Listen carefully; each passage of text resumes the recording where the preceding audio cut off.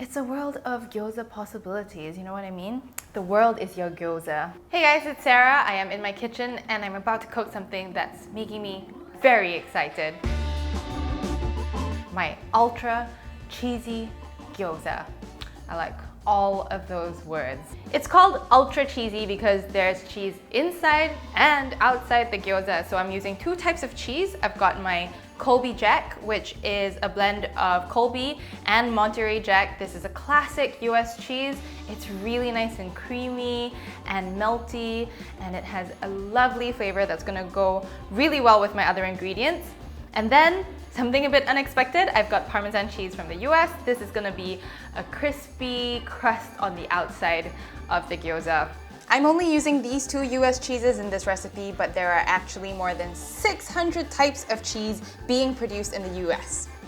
I know you don't really think of gyoza and cheese, but there's something about the Colby Jack, the savory flavor that's kind of creamy and milky that I think is gonna offset the meat and all the other Asian ingredients really well.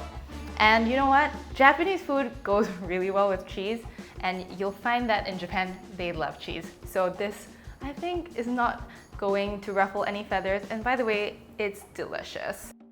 So I'm going to make my filling. I've got some minced chicken here. I'm going to add some grated carrot. This is just coarsely grated, and it's gonna add some crunch, as well as some sweetness. I've got some finely chopped fresh take mushrooms. Mushrooms pair so well with cheese, especially something like the Colby Jack because it has that really nice creamy flavor. The earthiness of the mushrooms offsets that flavor really well. I've got some finely minced ginger, some chopped spring onions. You've got to have some sort of onion in there. It's classic gyoza filling.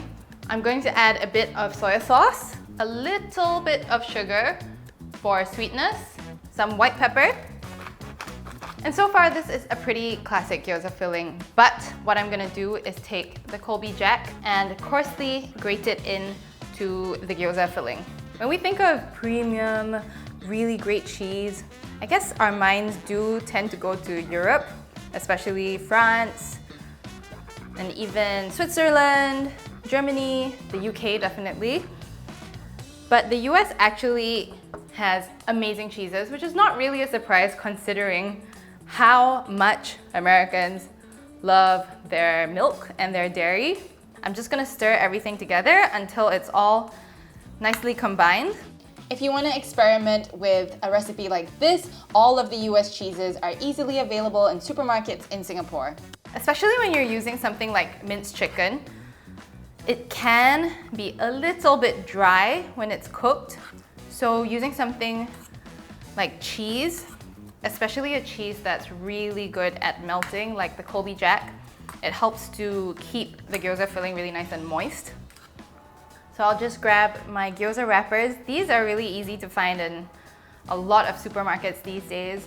So I'll just dab some filling onto each gyoza wrapper, and then I'll start folding, just pleating it. And I'll dab my finger in a bit of water, and that just helps to seal up the dumpling. So give it a good press. And there it is, a beautiful little dumpling. So I'll just keep repeating this until I have around 15 gyoza, and then we'll make this even cheesier. My dumplings are all bowed up, so I am going to now fry them. I have this saute pan and I'm gonna put it on a medium-high heat. Get some oil in there. The oil is hot, so I am going to put the gyoza in flat side down. I'm gonna check to see if a nice crust is forming on the bottom of the gyoza. We want it to get really nice and golden brown on the bottom. The gyoza are turning really nice and golden brown and crispy on the bottom, so I'm gonna drizzle in a little bit of water and immediately close the pan so that they steam all the way through. While that's cooking away, I'm going to quickly grate some of the Colby Jack. And I'll also grate some Parmesan cheese. And we're gonna throw this mixture of the two cheeses into the pan. It's gonna get really nice and melty, and on the bottom, it's gonna get crispy and golden brown. And that's why this dish is called my ultra cheesy gyoza. The gyoza have steamed all the way through, so I'm just gonna toss the Colby Jack and the Parmesan cheese together, and I'll throw it into the pan on top of the gyoza and let it fall through all the holes and around the edges. It's gonna be glorious.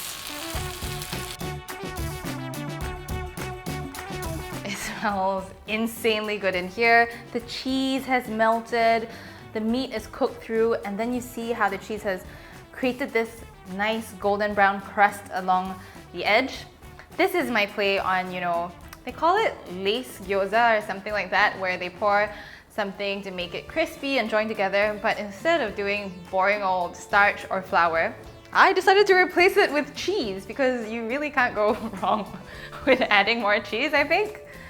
So as it cools, the cheese is going to form a nice crust, and I'm going to gently loosen it from the pan. And now, let's see if I can do this. I'm gonna try and flip it over onto my serving plate. Confidence is key, confidence is key. Oh yeah. Look at this crispy, golden brown beauty of a plate of gyozas. It smells incredible.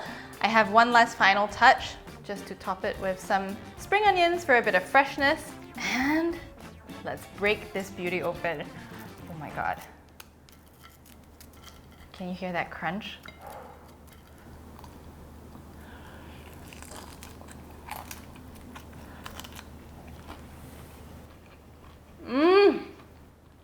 It's so good. I've got the Colby Jack on the inside and on the outside of the gyoza. On the inside, it's melted and become almost like a creamy sauce. It's making the filling really moist.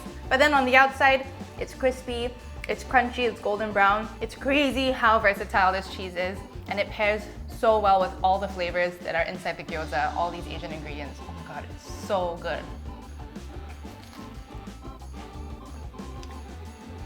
Match made in heaven. Colby Jack, Monterey Jack, and Asian ingredients. You wouldn't think that it would work, but they go so well together. This is so delicious.